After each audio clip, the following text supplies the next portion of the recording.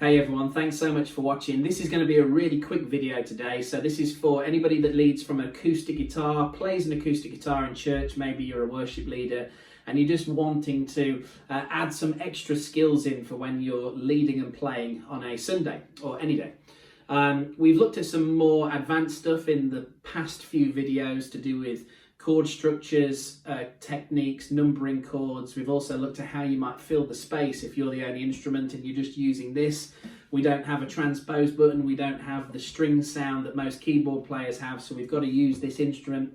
So we've come up with a couple of ways how we can fill the space. Now today, this is a really quick, fun little video, really nothing exciting, but it's quite a fun technique to learn. So we know a major chord is made up of a triad of 3 notes, which is a 1, 3 and a 5. We're going to look at how you play thirds in the intervals all the way up and down the fretboard in any particular key, just using 2 strings today. Now the reason we learned that, I learned it when I was at music college, and for some reason it was something that stayed with me. It's one of those little techniques that you can throw in when you're trying to fill the space from an acoustic guitar. It's also a great little warm-up technique for your fingers, so you can use it for that. Also, it educates you a little bit on how certain notes work within a key to do with certain intervals. So what I'm going to do today, I'm going to show you the technique. It's just a pattern that works up and down the fretboard. Now, because I don't have great technology here today and you can't zoom in to see what my fingers are doing here and all of those type of things, I'm going to shout out the notes to you instead.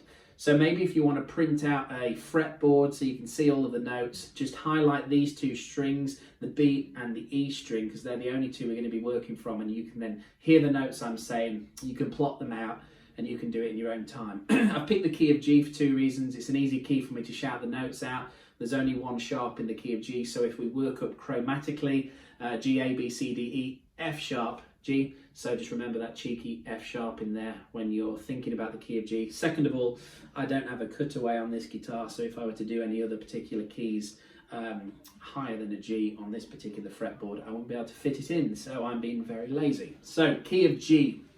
So the first position, I'm going to shout out these notes, so sorry if this goes too quick, write down these notes, print out a fretboard, and you'll be able to see exactly what I'm doing. So the first position looks a little bit like this, so we just want to remember we're just using these 2 strings, and we've got the G and a B.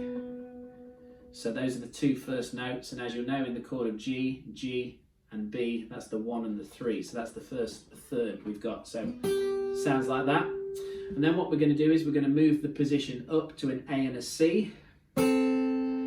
So our fingering looks slightly different, so we go from that position there to there. So it's a really easy change.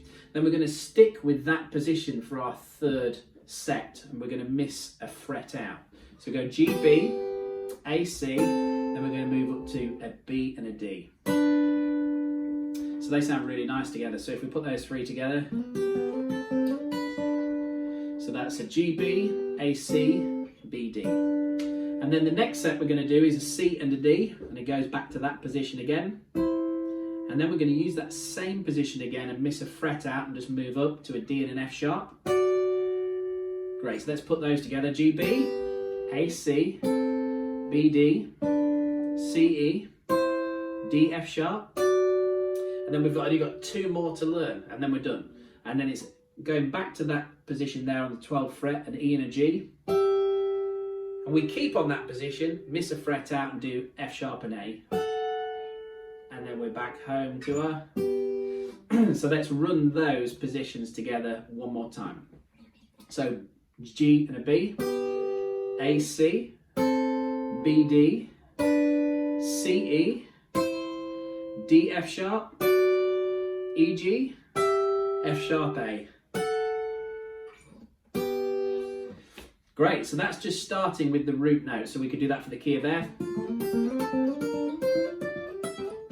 Do it for the key of G. Could do it for the key of A.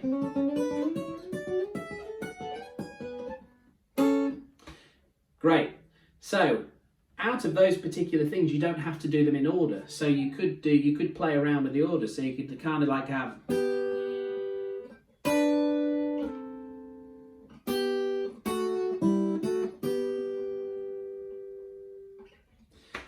I'll leave it up to you. But have a go at playing these third intervals and let me know how you get on.